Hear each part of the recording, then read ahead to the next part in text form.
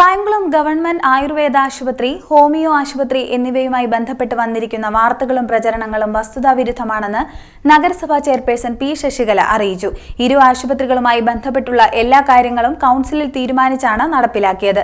യോഗങ്ങളിൽ ഒന്നും തന്നെ എതിർക്കാതെ ഇപ്പോൾ തെരഞ്ഞെടുപ്പ് മുന്നിൽ കണ്ടുകൊണ്ട് മാത്രമാണ് നഗരസഭാ കൗൺസിലർ കള്ളപ്രചരണങ്ങൾ സ്ഥിരമായി നടത്തുന്നതെന്നും ചെയർപേഴ്സൺ പറഞ്ഞു. കായംകുളം ഗവൺമെന്റ് ആയുർവേദ ആശുപത്രി, ഹോമിയോ ആശുപത്രി എന്നിവയുമായി ബന്ധപ്പെട്ട് വന്നിരിക്കുന്ന വാർത്തകളും പ്രചാരണങ്ങളും വസ്തുതാവിരുദ്ധമാണെന്ന് നഗരസഭാ ചെയർപേഴ്സൺ പി ശശികല അറിയിച്ചു. ദേശീയപാത നിർമ്മാണത്തിന്റെ ഭാഗമായി ആയുർവേദ ആശുപത്രി കെട്ടിടത്തിന്റെ കുറച്ചു ഭാഗം പൊളിച്ചു മാറ്റേണ്ടി വന്നിരുന്നു. ഇതോടെ മറ്റൊരു വാടക കെട്ടിടത്തിലേക്ക് ആശുപത്രി മാറ്റി പ്രവർത്തിപ്പിക്കേണ്ടതായും വന്നു. നഗരസഭാ പദ്ധതിയിൽ ഉൾപ്പെടുത്തി ആയുർവേദ ആശുപത്രിയുടെ മെയിൻ്റനൻസിന് 25 ലക്ഷം രൂപ വകയിരുത്തി. ജില്ലാ ആസൂത്രണ സമിതിയുടെ അംഗീകാരവും ഭരണാനുമതിയും സാങ്കേതിക അനുമതിയും ലഭിച്ചു. തുടർന്ന് ടെൻഡർ ക്ഷണിക്കുകയും നിർമ്മാണത്തിന് സാങ്കേതിക അനുമതി വാങ്ങിയ ശേഷം എക്സ്കവേഷൻ പ്രവർത്തനങ്ങൾ നടത്തുകയും ചെയ്തിരുന്നു. എന്നാൽ ആയുർവേദ ആശുപത്രി നിലനിൽക്കുന്ന ഗ്രൗണ്ടും ദേശീയപാതയും തമ്മിൽ ലെവൽ വ്യത്യാസം വരികയും കെട്ടിടത്തിന് റീറ്റെയിനിങ് വാൾ കെട്ടി പ്രൊട്ടക്ഷൻ നൽകേണ്ട സാഹചര്യം ഉണ്ടാകുകയും ചെയ്തു.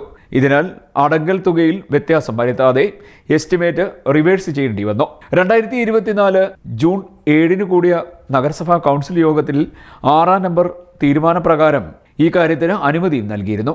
ആയുർവേദ ആശുപത്രിയിൽ 1-ാം നിലയിൽ IP വിഭാഗം പ്രവർത്തിക്കാനിരിക്കുകയാണ്.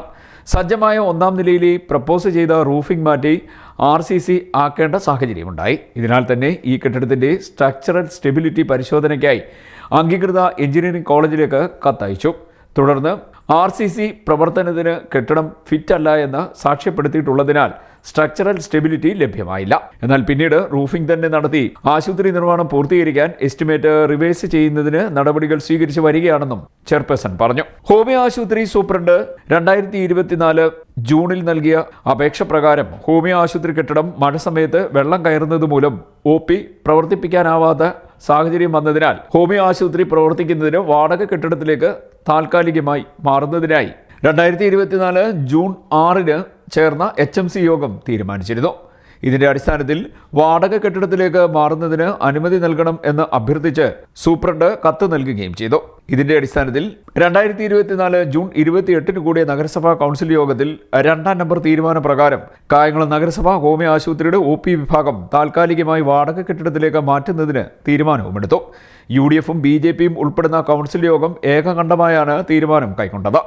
അന്ന് യാതൊരുവിധ എതിർപ്പും കാണിക്കാതിരുന്ന വാർഡ് കൗൺസിലർ ഇപ്പോൾ തെരഞ്ഞെടുപ്പ് മുന്നിൽ കണ്ടുകൊണ്ട് ഇല്ലാ കഥകൾ കെട്ടിച്ചമച്ചുകൊണ്ട് രംഗത്ത് വന്നിരിക്കുകയാണ്. ഹോമിയോ ആശുപത്രിയുടെ പുതിയ കെട്ടിടത്തിന് ഫിറ്റ്നസ് ലഭിക്കാത്ത സാഹചര്യമുണ്ടായിരുന്നു. കെട്ടിടത്തിന്റെ ബേസ്മെന്റ് വരെ മണ്ണ് കയറിയ നിലയിലുമായിരുന്നു. പിന്നീട് എക്സ്റ്റൻഷൻ നടത്തിയ ഭാഗം ഒഴികെ മുഴുവൻ ഭാഗത്തും വെള്ളം കയറുന്ന സ്ഥിതിയുണ്ടായി. തൊട്ടടുത്ത് തന്നെ തോടുള്ളതിനാൽ മഴക്കാലങ്ങളിൽ കെട്ടിടത്തിനുള്ളിലേക്ക് വെള്ളം കയറുന്ന അവസ്ഥയാണുള്ളത്. ഈ പ്രദേശം CRZന്റെ മേഖലയായതിനാൽ CRSൽ നിന്നുള്ള പ്രത്യേക അനുമതി ലഭിച്ചെങ്കിൽ മാത്രമേ തുടർ നിർമ്മാണ പ്രവർത്തനങ്ങൾ സാധ്യമാകുകയുള്ളൂ. ആശുപത്രിയുടെ സുതാര്യമായ നടത്തിപ്പിനായി വാടക കെട്ടിടത്തിലേക്ക് മാറുകയല്ലാതെ മറ്റു വഴികൾ നഗരസഭയ്ക്ക് മുന്നിൽ ഉണ്ടായിരുന്നില്ല. ജനങ്ങൾക്ക് ആശുപത്രിയുടെ സേവനം നൽകണമെന്ന ഉദ്ദേശവും പ്രതിബദ്ധതയും കൊണ്ടാണ് ആശുപത്രിയുടെ പ്രവർത്തനം മാറ്റിയത്.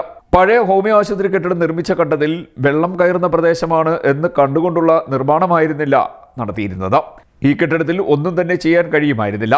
സ്വന്തം വാർഡിൽ സ്ഥിതി ചെയ്യുന്ന ആശുപത്രി കെട്ടിടത്തിന്റെ ശോച്യാവസ്ഥയ്ക്ക് പരിഹാരം കാണാൻ ഒരു ചെറുവിരൽ പോലും അനക്കാത്ത വാർഡ് കൗൺസിലറാണ് ഇപ്പോൾ തെറ്റായ പ്രചാരണ പ്രവർത്തനങ്ങളുമായി രംഗത്ത് വന്നിരിക്കുന്നതെന്നും നഗരസഭാ ചെയർപേഴ്സൺ പറഞ്ഞു. CDNet news, Kayamkulam.